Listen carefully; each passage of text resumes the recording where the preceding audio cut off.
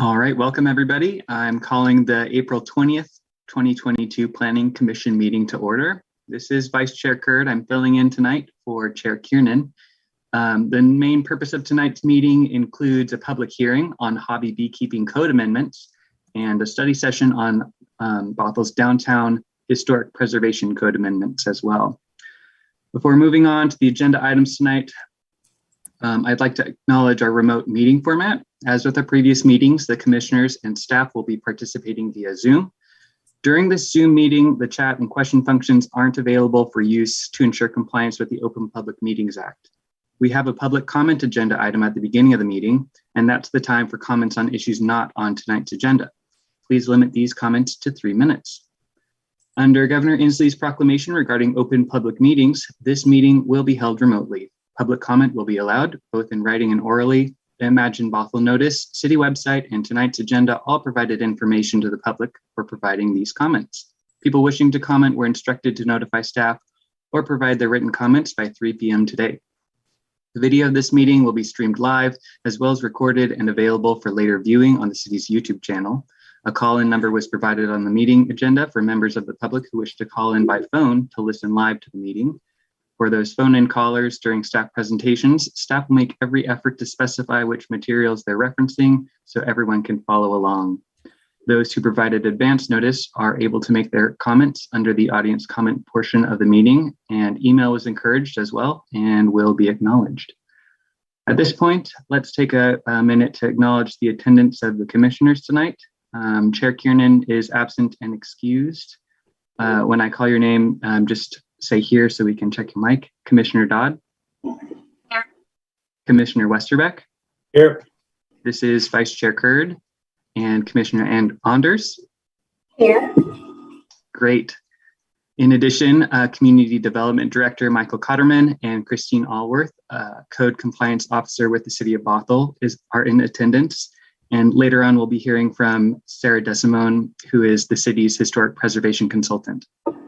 Before we begin, I'd like to reiterate some meeting guidelines for all meeting attendees. Please speak clearly and pause frequently. State your name before speaking. Mute your microphone when not speaking. And if you're also streaming the live video feed, please turn off the sound as there is a delay. For commissioners, at the specific breaks in the presentation, I'll be calling on you if you wish to speak or ask a question. Want to do so, please indicate this by holding up your yellow speaker cards or use the raise hand feature. This will help avoid the problem of 2 people speaking at the same time. Identify yourself before you ask a question, make a motion or second a motion, or participate in debate for the recording. Please also mute your microphone when not speaking.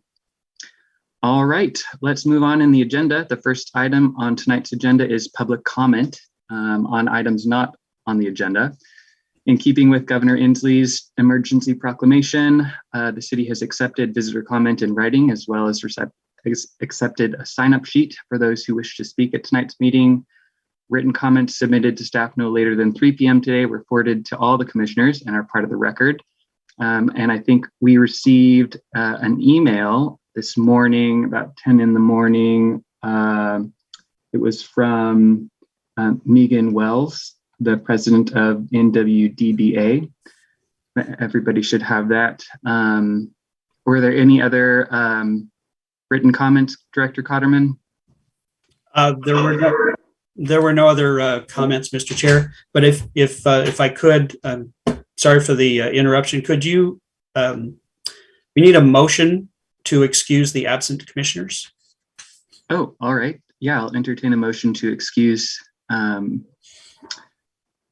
All right, Commissioner Dodd. I move to excuse the absent commissioners. Is there a second? I will second the motion to excuse the absent commissioners. All right, all those in favor, please indicate. I'm seeing everyone in favor. Okay, thank you, Mr. Chair. Thank you. And I know we have one speaker here this evening regarding the public hearing item on beekeeping. If there's anyone else in the attendee room who would like to speak during public comment, if you're not speaking about the beekeeping or the downtown historic resources, please raise your hand at this time.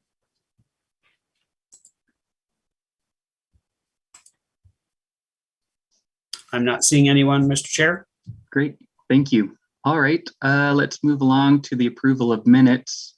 We have before us the meeting minutes from April 6th, 2022. Before we ask for a motion to approve, did anyone have any amendments or changes? All right, I will entertain a motion to approve the meeting minutes. Commissioner Dodd. I move to approve the minutes for our most recent meeting.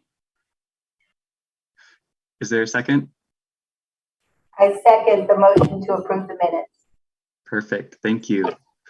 All those in favor, please indicate. All right, we have unanimous consent. Great. Moving along to new business, we have a public hearing for Bothell's hobby beekeeping code amendments. So I'd like to open the public hearing tonight.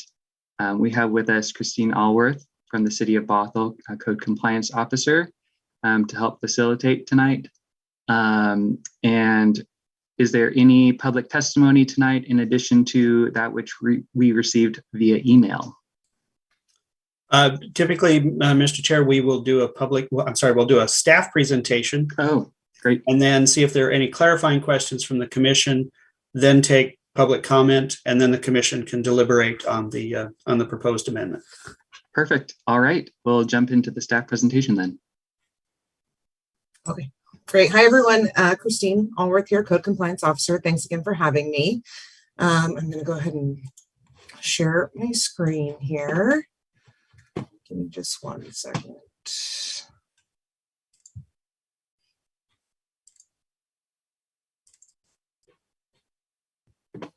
Can you see this right now? The slideshow? Yep. You can, perfect. Yep. Okay, so I'm here to discuss the proposed code amendment for hobby beekeeping. A little bit of background. Again, I know I went over this with the commission already, but we've only had a couple complaints. This hasn't really been a hot topic for Bothell, to be quite honest with you. Our most recent complaint was in 2021, which became a little bit more complicated just due to not really having anything in our code and making it very difficult for me to be able to enforce anything. We only had a small section in our agriculture code, or in the code for agriculture, so it didn't really apply to any sort of residential areas or anything along those lines. Like I said, yeah, I've already kind of gone over that, but Bothell was one of the few cities in the area that didn't have any sort of residential hobby beekeeping code. So that's what really brought this on. I did pull from local and surrounding jurisdictions such as Kirkland, which I'm not going to go over all of this with you. This is in their municipal codes. If you do want to look them up, you're more than welcome. I have cited them on the side there for you. I also pulled from Kenmore, Redmond, and then there's a little bit here from Seattle that I did include as well. From our last meeting, one of the considerations that was asked was if beekeepers' ability to provide a wall alternative in lieu of the 25-foot setbacks on any lot size, which would make it a little bit more open for people on smaller lot sizes. After further review, I wasn't really able to find any other. I'd spoken to a local hobby beekeeper too, and he didn't know of any other surrounding jurisdictions from what I gathered that did offer this. If it was offered, it does kind of open a little bit more of a can of worms, I guess, into, you know, making it harder for them to have their hives if they would like to. We would then have to we would have to determine the types of allowable materials that could be used. A permit, which would cause more cost to the beekeeper, would be required if it was over 4 feet in height. We also discussed fences not being that option either. We wouldn't want the hives up against the fence themselves. Our recommendation was retaining the setback requirements for the hives without the wall option at this time. And staff further recommendation is that the Planning Commission forward the following code amendments to the City Council with the recommendation for adoption. And again, the conclusion is just to make this a little bit more easier for code compliance and as well as clear expectations for the public. But that is my slideshow. So if anyone has any questions, please let me know. Great, thank you so much. I guess, are there any clarifying questions on the presentation from tonight? Okay. Not seeing any, so I guess we can move to public testimony. Okay. So, Scott, did you want to speak at this time? I certainly can. I'm Scott Stevenson. I'm the tech officer for the Northwest District Beekeepers Association. I'm just here to answer questions and clarify anything from Megan's email that I'm here to support. We would like to see closer to Seattle's code in terms of how many hives can be kept on a piece of property. Part of that is around functional and healthy beekeeping practices in terms of being able to manage the size of a healthy colony and needing to do things like split proactively. That may be difficult to do if we are limited to 2 hives on a piece of property. That should all be in her email that she sent as well, if you're going to read that for folks. I've been beekeeping in the city of Bothell for a couple of years now. Okay. Thank you very much. Thanks. And Fred, did you want to speak on this item at this time?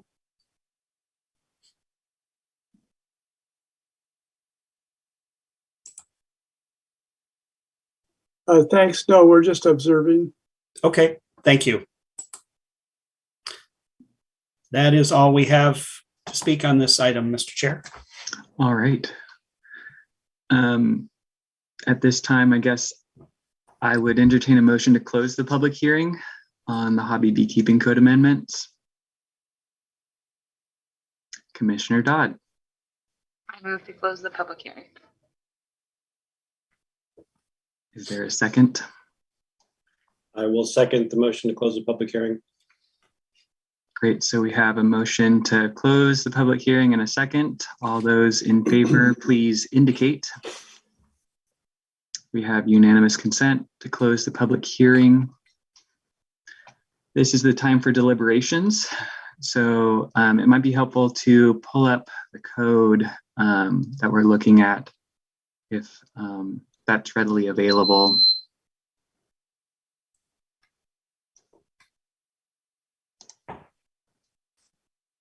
Do you have it handy, Christine, or would you like me to share? I can share it. It's in the agenda. I actually have it pulled up already. It's in the agenda notes for, let me just share that. Give me 1 second.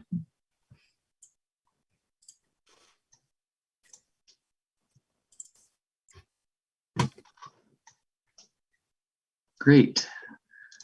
So I'm guessing that, I mean, we've seen this before too. And so maybe we can walk through page by page and just ask if there's any questions from commissioners on the proposed changes that are underlined or crossed out.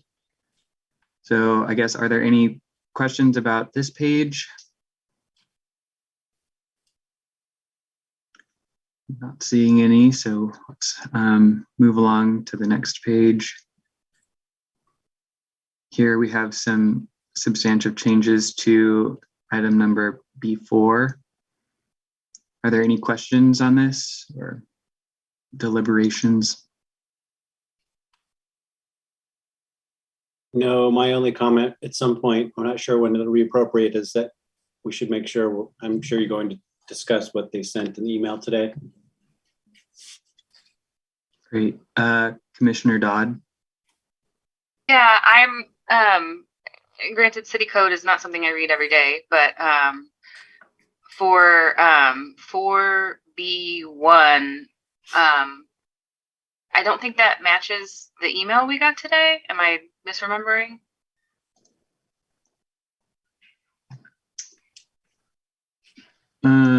I have the email pulled up on my other screen.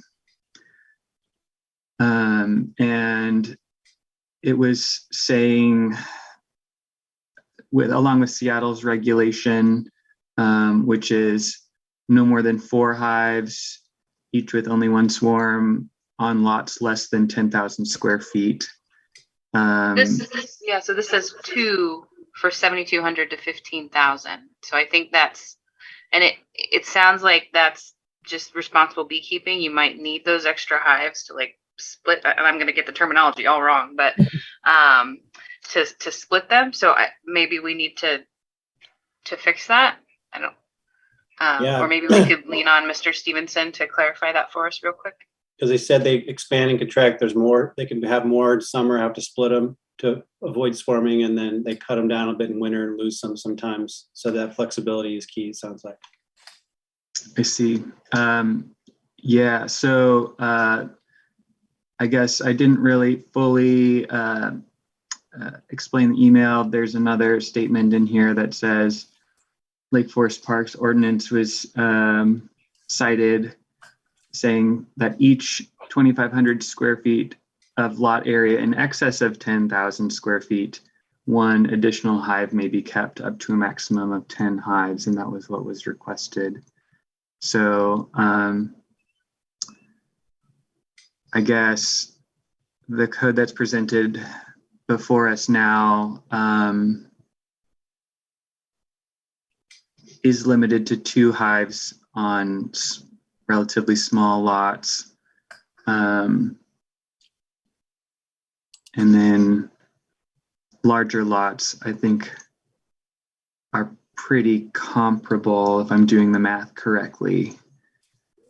Lots of 3,500 would be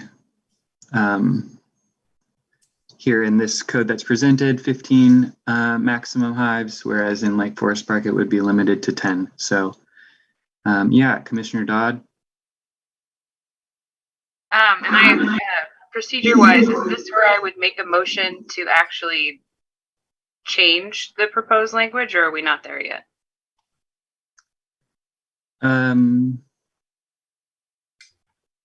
I believe so. Director Cotterman, correct me if I'm wrong, but we can make amendments now and then change them in the findings and conclusions of our deliberations. Yeah. Yes, I don't think you need to do it as a motion, though, Commissioner Dodd. I think at this point, if there's just consent, I think the commission can deliberate, and if there's a consensus to make that change, then when there's a motion to make a recommendation, then it can reflect whatever changes have been made at that time. Gotcha. So I guess to be clear to my fellow commissioners, I would say I definitely support changing this to say what's in the email and what's in those best practices that we were sent, which is the 2 italicized lines. So no more than 4 hives, each with only 1 swarm on lots of less than 10,000 square feet. And also for each additional 2,500 square feet of lot area above 10,000, 1 additional hive may be kept up to a maximum of 10 hives. I think that makes sense based on the reading I did. I pulled up email on my other screen too, so thanks for that reminder that we can do that. Me, same page. Yeah. So that's good. And I would want to know where Vice Chair Curd and Commissioner Anders are on that. I agree. I think the language in the email makes it a lot easier. It seems simpler, more straightforward. Instead of having to calculate square footage and do the addition and the subtraction, I just like how clean it is. It seems a lot simpler. Agreed. Yeah, so I'm hearing kind of some consensus around swapping out the items in section B for B 1 through 3 to be aligned with the language that we received. And just reading it for the record, it says no more than 4 hives, each with only 1 swarm, shall be kept on lots of less than 10,000 square feet. And for each 2,500 square feet of lot area in excess of 10,000 square feet, 1 additional hive may be kept up to a maximum of 10 hives. Commissioner Anders? I would just, for the second part, I would say of 10,000 square feet or more, because the way it's written, it leaves out that one number. You've got the less than 10,000 have the more, and you don't have anything that covers that straight up 10,000 square feet. So for the second paragraph, for every 2,500 square feet of lot area of 10,000 square feet or more, blah, blah, blah. Okay, so adding or more directly after 10,000 square feet in that second statement. And taking out the in excess of. So it would read for each 2,500 square feet of lot area,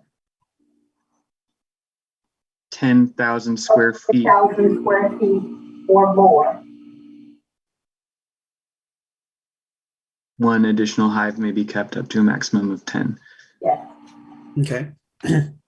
And so just to clarify, to make sure, I think you stated it, Mr. Chair, but basically we're taking out everything.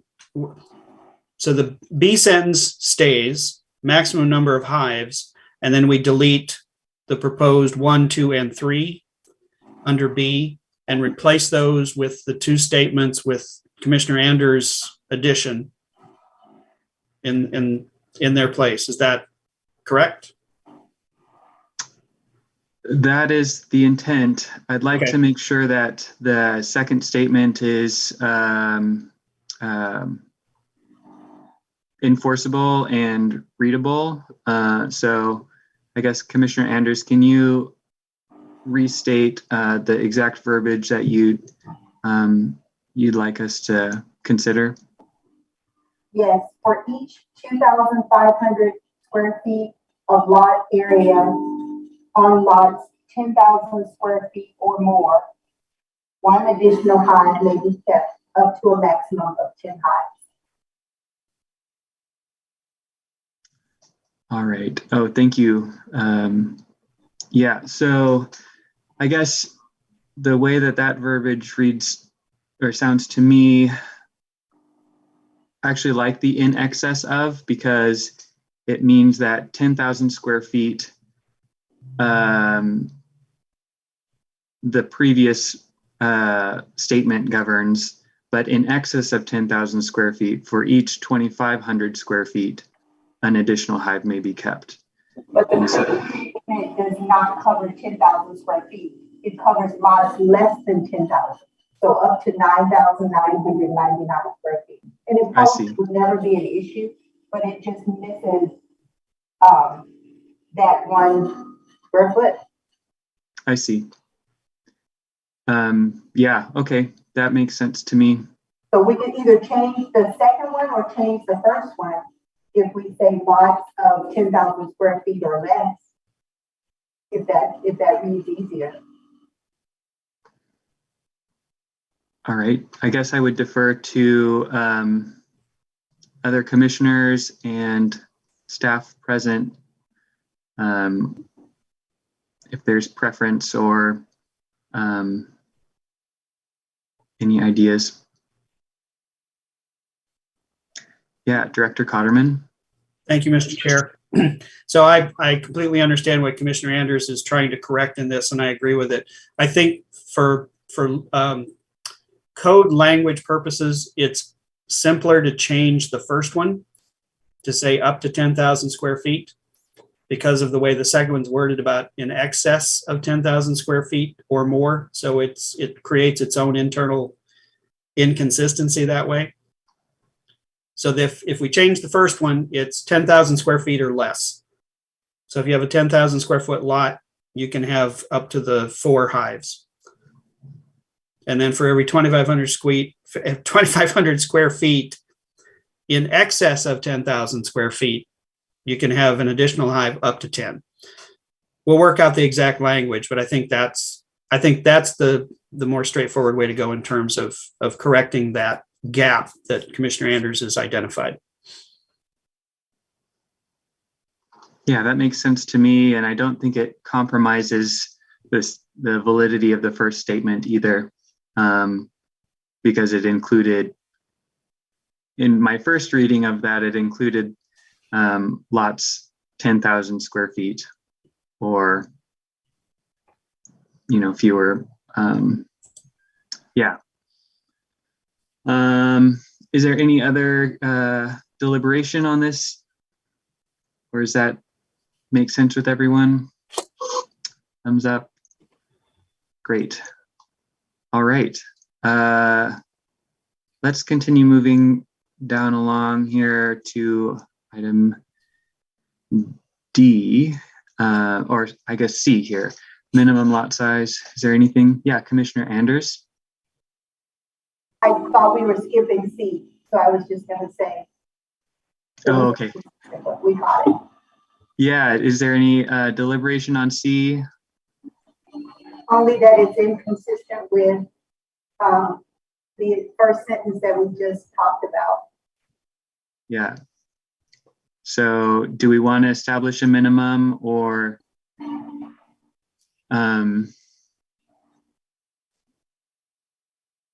Yeah. Commissioner Westerbeck?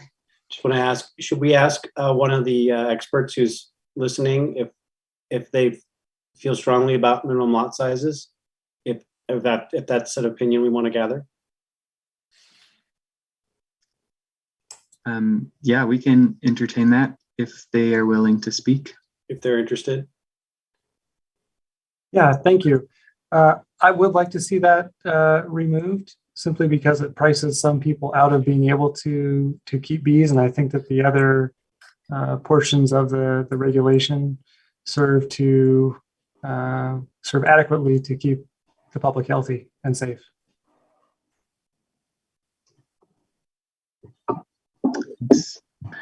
Commissioner Dodd? Yes, I'm curious, is there, so if we say that 7,200 is not the minimum, I'm fine with that, but is there a minimum we should specify? Like if 4 hives is a healthy amount to keep, that 4 hives on a 10,000 square foot lot looks different than 4 hives on a 2,400 square foot lot. So I guess if you had to think of a minimum, is there sort of an established minimum, just in guidelines for folks who are looking into this hobby? Not that I'm aware of. I would go based on the setbacks, but I know you can't put this in code. Before I put bees in, I spoke to all of my neighbors, right? So that's a hard thing to put in code. I could certainly look for more information, but I don't have any expertise there on minimum size. Thanks. All right, I'll go with Community Development Director Cotterman and then Ms. Allsworth. Thank you, Mr. Chair. I was just going to suggest that we ask staff. So I know Christine has done a lot of research on this, so I'm curious to know if she could share with the commission what she's found in other jurisdictions and their regulations. Well, what I was going to say is I'm not sure if a minimum lot size is specifically needed because I do agree with Commissioner Dodd that, obviously a 10,000 square foot lot is a lot different than, a 2,400 square foot lot. But I think that what then comes into play is going to be the setbacks is what really helps with that. So if you do have the smaller lot, you're probably not going to meet the setback regulations. So I'm not 100% sure if a minimum lot size is specifically required. I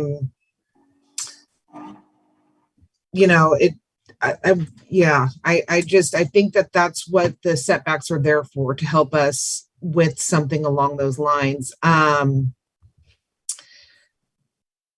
just kind of looking over some of the other jurisdictions that I pulled from.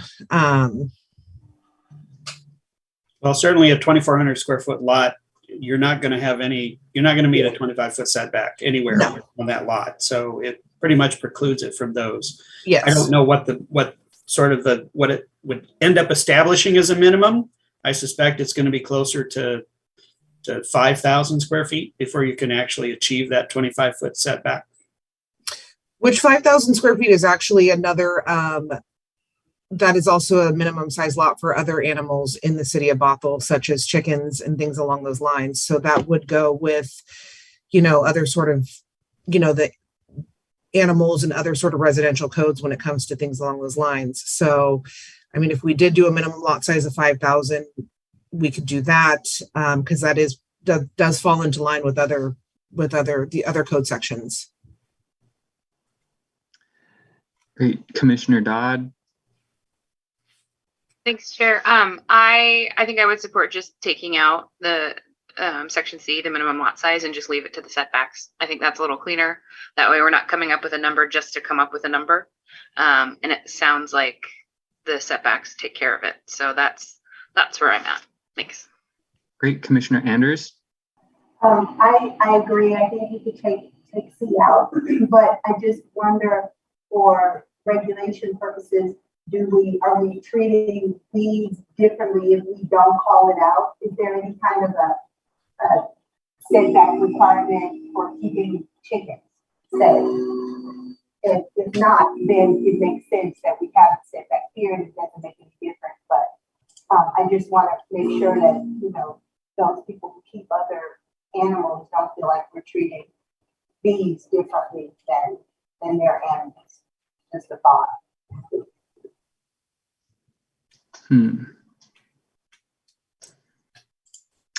So I don't know, Christine, if you could hear I had a little bit of a hard time hearing that, so I'm Okay. not quite sure specifically what was stated. what I think I heard, Commissioner Anders, and correct me if I'm wrong, is your question had to do with sort of equity and how we treat different animals. So if we have a setback requirement for bees, but we don't have a minimum lot size, do we have setback requirements for other types of animals within that 5,000 square foot minimum lot size? Or is there a setback requirement for keeping other animals like chickens, Christine? So for coops and sheds and structures, things along those lines, for chickens, they do have to meet the setback requirements in chapter 12.14 of the BMC. So if you do, so obviously chickens can be free roaming, so there aren't setbacks for the chickens specifically, but if you are going to have coops and sheds and other structures, then yes, there is setbacks to follow for that as well.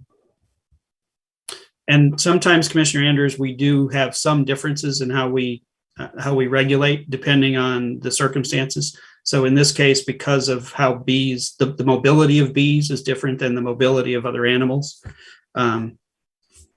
I think it's applicable in this case to treat them a little bit differently and not necessarily have a minimum lot size along with the setback. Makes sense. All right, so I'm hearing some consensus around removing item C. Can we just get a thumbs up, I guess, if you're in line with that? Okay, yeah, everybody's on board.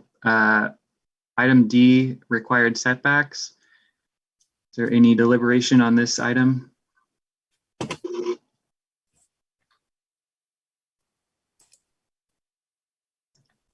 Okay. Item E, special regulations. Any deliberation? All right. Moving down along to the next section, there's some conditions of nuisance. Any deliberation on those items? I'm not seeing, Commissioner Dodd. I think this is more of a question, but and so I think this is for Ms. Allsworth. So bees kept or raised by an individual in trees, buildings, or any other space. So is that I realize there's a hive on the other side of my fence and I tell my neighbor and they don't do anything. Is that what that's for, sort of a thing? Or I guess what's the difference between finding a hive of bees versus intentionally raising one as far as enforcement of this part? Well, I know that there are, I'm not too familiar. Robbie helped me with this code section, so I'm not going to lie on that aspect. So basically what this is saying is that you have to, if you are going to be a hobby beekeeper, you have to keep these in hives. You cannot have, your hive living in any of these trees, buildings, or any other spaces. They have to specifically be kept in the hives that are there for them. There are going to obviously be wild hives that are around that do, end up in trees. That did happen with our 2021 complaint. And that beekeeper was very helpful and did go and get those swarms, and he removed them and rehomed them as it was a wild swarm. But that is something that we would have to bring up with the beekeeper themselves and ask if that is their swarm, or their hive. And if it is, they need to be keeping those in hives and not allowing them to then, be raised in trees or something along those lines. Okay, that makes sense. I'm probably overthinking it too, so I'm good. I guess that does bring up a point that I was kind of wondering about though too, which is I know that these are like probably not actually healthy for bees, but those like mason bee hotels and stuff that you see on Pinterest, and also like at Costco they sell these, like they're kind of mass produced. They're not actually like movable frame hives. Is that something that you would consider to be a nuisance? I know that they're not like actually healthy for the bees, especially when people don't clean them out and stuff. Yeah, I believe that would be considered under a nuisance. I think up at the top here, we make it clear that we want them in movable hives. So immovable boxes, excuse me. So if you are wanting to do that, then, you're going to need to get the proper preparation and have the proper, setup to have these hives. Yeah, I see. All right, any other deliberation on these items? Not seeing any. All right. That is the end of the code amendments.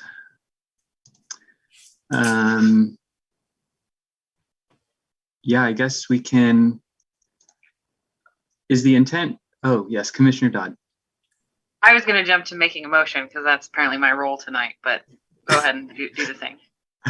I would entertain a motion to approve the, it's not approving the code amendments, what it would be.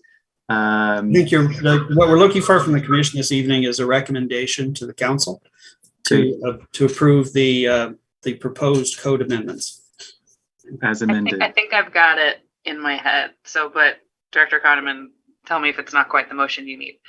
I move that we send a recommendation to City Council to pass the code amendments as presented with the changes that we discussed around changing the maximum number of hives and what qualifies for additional hives. So 4 for 10,000 square feet, with an additional 1 for every additional 2,500 square feet on top of 10,000 up to 10 hives, and removing the minimum lot size. Perfect. Have fun writing that down. Sorry. Commissioner Anders. I second everything that Commissioner Dodd said, and I will not repeat it. Great. All right, we have a motion and a second. Is there, are there any questions or discussion on that motion? All right, all those in favor, please indicate. We have unanimous consent. Thank you, everyone. And I think that that's the thing. Okay. So Christine, if you can stop. Oh, perfect. Stop sharing. Thank you. Great. Thank you. Thank you, Ms. Alsworth, and thanks for all your work in these code amendments. Thank you for having me. I appreciate it. Great. Christine and I have learned a lot about bees over the course of the last year and a half. Mm-hmm. Well, we appreciate all that knowledge that you've learned and that you've shared, and that it's going into our code. So thank you. The next item on tonight's agenda is a study session on downtown Bothell's historic preservation code amendments. And tonight we are joined by Sarah Desimone, who is the city's historic preservation consultant. And I think, Sarah, do you have a presentation? I do. Great.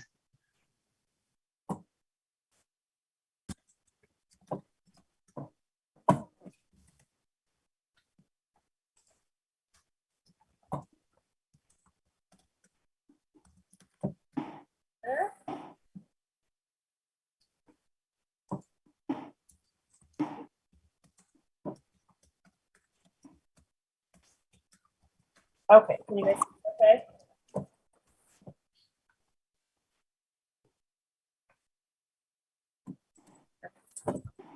Okay, so tonight I'm just going to go through some proposed well, we don't have the code amendments yet, but just a study session on sort of potential code amendments made to basically make it easier for the landmark board to make kind of specific recommendations on buildings that have already been altered substantially.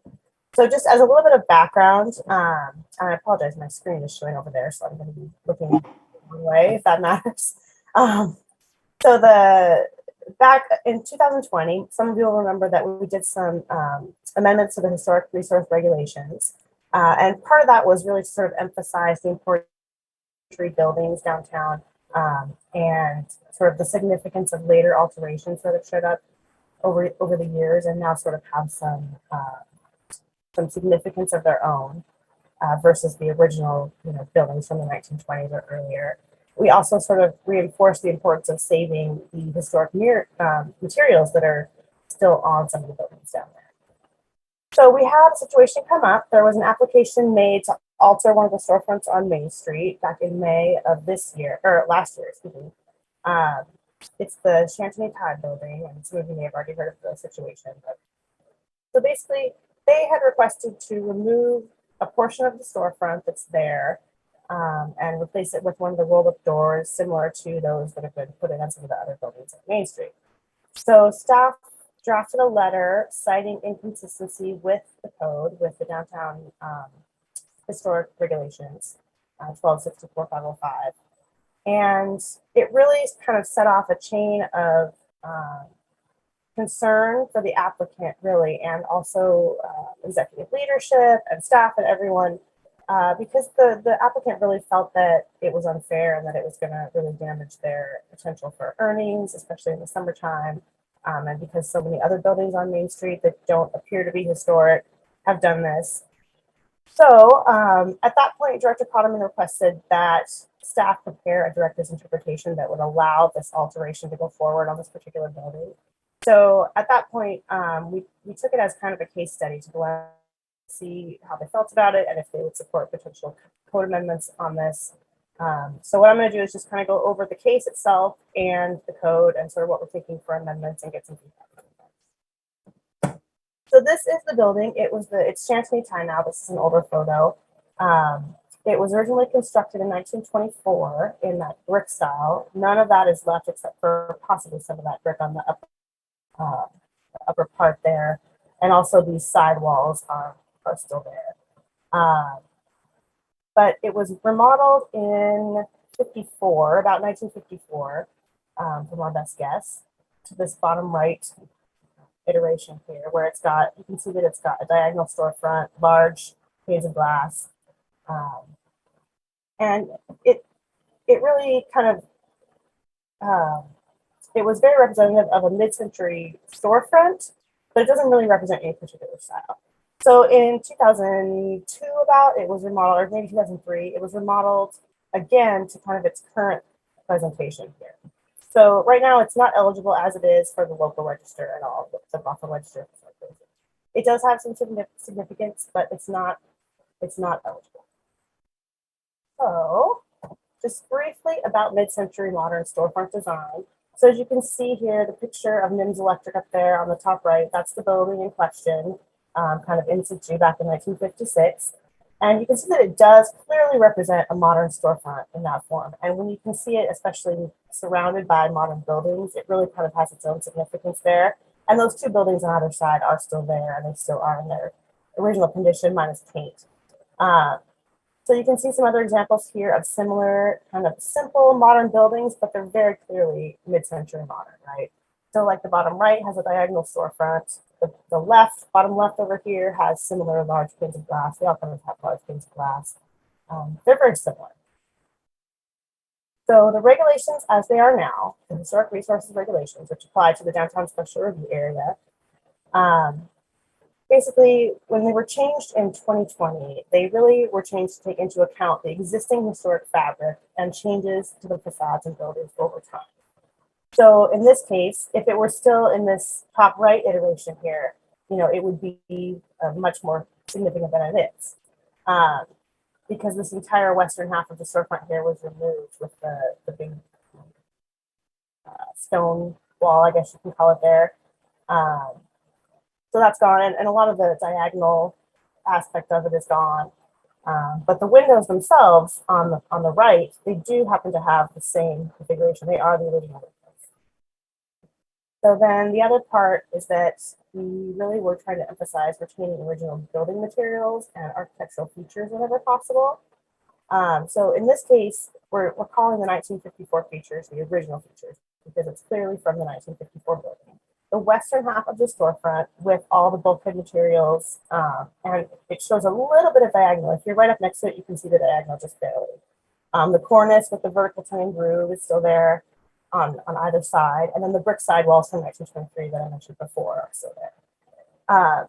As far as distinctive architectural features goes, it has the diagonal storefront would be one of the most distinctive things, and the glazing pattern, meaning those large panes of glass. And then just what we call the in-frame window wall form, which is where it's a large open window within kind of a brick or a concrete frame. So in this case, this was a tough one because it has a lot of historic material. I'll go back again. So all of this is historic, all the parts in red there. So there is quite a bit of historic material and some historic features there. However, when you look at it, it does not jump out as, as it is, this current iteration, you don't look at that and say, that's a modern building, that's a mid-century modern building, because of the alterations that were done to the other half of it. It really just kind of lost its true modern appearance. So we felt that even though it's, the code requires that we retain that material and the extant features, that it was a little bit too much of a taking, to not allow them to put in this door that would help their business. Especially when they look across the street and some places that are of similar, remodel status, although they didn't have any original materials is why they were allowed to do it. But it felt unfair. So basically what we did was we looked at this as a case study. And here's what we used to make a determination is, number one, the building has been substantially altered such that the aggregate of the remaining character defining features and materials no longer represent a particular style. So yes, it's a mid-century storefront, but when you look at it, you don't see a mid-century storefront there. You see something that's been modern. So the criteria we used are, number one, the building is not listed on the local, state, or national register of historic places. It's not eligible for listing on the Bothell register solely for its architectural qualities. Again, because it doesn't represent a particular high style, And then the building is not known to have any other historical significance at the local, state, or national level. So we know, as it is now, we don't know it to be eligible under any other criteria for, people and places, whatever. And then also the facade of the building has been substantially altered from both its original and later historic iterations. So it clearly does not represent a style. So what these potential code amendments could do are allow alterations to substantially altered buildings in the downtown special revere area under very certain circumstances, very particular circumstances.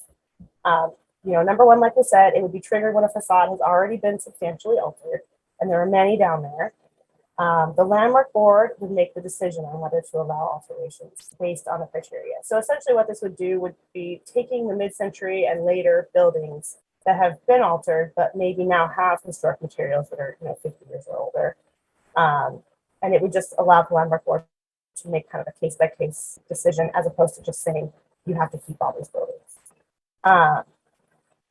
And of course, the criteria we would use are the ones that we mentioned that were used to make the determination. So that is what I have for presentations. Does anyone have any questions, comments about that?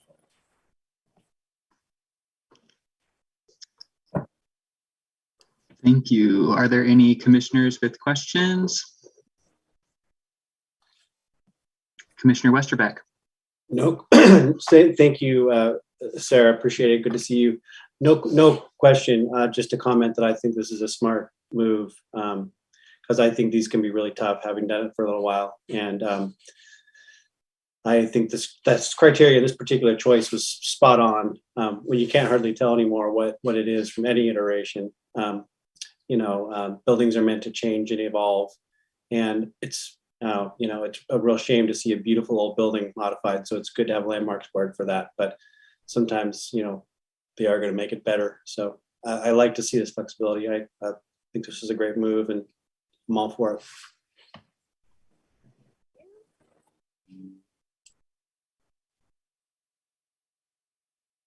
Are there any other questions?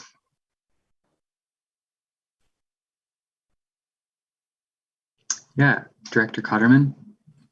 Thank you, Mr. Chair. No question. I just wanted to let the commission know as far as next steps on this. This will be coming back to you for a public hearing with the actual code amendments for that section of code 1264-505 in the Bothell Municipal Code. I know that because I just wrote the public hearing notice today.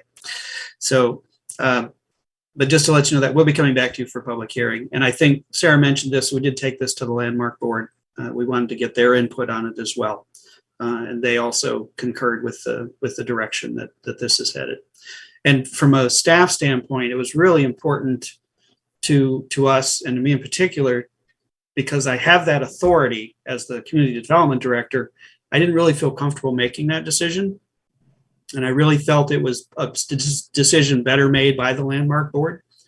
So it's really shifting that authority and responsibility to them within the special design review area. I see. I've got a question about, is that quasi-judicial in nature? I will ask our city attorney about that. I don't believe so because they're not actually making well.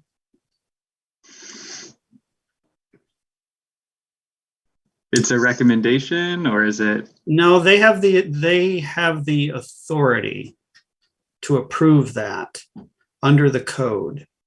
So I think it's similar to their authority, like for a demolition permit. They have to review and they have to approve it, and it is appealable. I believe, Sarah, I believe we talked about this being appealable to the council. Yes. So in the sense, I don't think it's quasi-judicial in the true sense of the word. It's probably one of those slightly gray areas though, but that's a great question. And we'll pose that to the deputy city attorney. I'm surprised he didn't bring it up. In all regards, though, I do agree with this. Just providing more clarification and direction too. I mean, we're not going to have Director Cotterman forever. And so making sure that there's processes in place just makes a whole lot of sense from an organizational standpoint too. So I appreciate you looking into these. And yeah, thanks for all the great work, and on Landmark Preservation Board too, our friends over there. Thank you. Thank you. Great. All right. Well, let's keep moving along in the agenda tonight. We will move down to the next item, which is any unfinished business. Not seeing any. Nope. All right. Are there reports from staff? Yes, Mr. Chair, thank you. Just a few items for you this evening. So I'm assuming everyone has seen the announcement about the new city manager. I can tell you I worked with Kyle for several years in Bellevue, and I am just thrilled for Bothell that he's going to be coming here as the next city manager. I think he will be excellent in that position, and I'm really looking forward to see what direction things go in Bothell with Kyle working with the council. I think it's going to be some really exciting and great times ahead. So I'm very, very thrilled to see that. For your next meeting, we have the, I just looked at it and my brain went blank on me. Pardon me, bear with me one moment here. For May 4th, the briefing on the King County countywide planning policies. This is a similar briefing that was done for the council about a month or so ago prior to ratification. And then also an update and a study session on the Canyon Park TDR program, because we are expecting to bring that to you as a public hearing on code amendments in June. And then just today we had discussions with Public Works, and I think we're also going to have a briefing on the bike plan for you on May 4th. So if not on May 4th, sometime soon thereafter. So we're working on that. And then also wanted to announce, if you haven't heard, that Commissioner Dodd was appointed last night to the Capital Facilities Plan Committee, I believe it is, Advisory Committee. So she'll be doing some work on that. And then I think I mentioned this last time, but in case I did not, Jeff Smith will be acting director. And most of you may have met Jeff, or you may not have. I know Carrie knows him, but I'm not sure if any of the others have worked with Jeff. But he's not available at the next meeting, but I think we'll have him come to the May 18th meeting for a quick introduction. He will probably not be at most of your meetings. I think Dave and Nathan will be handling those. But he would like to meet you and would like for you to meet him. So we'll set that up. And unless you have any other questions, that's all I have for you this evening. And we'll be back on Star Wars Day. All right. Yeah. Any questions on those? Anybody? Nope. Any reports from members?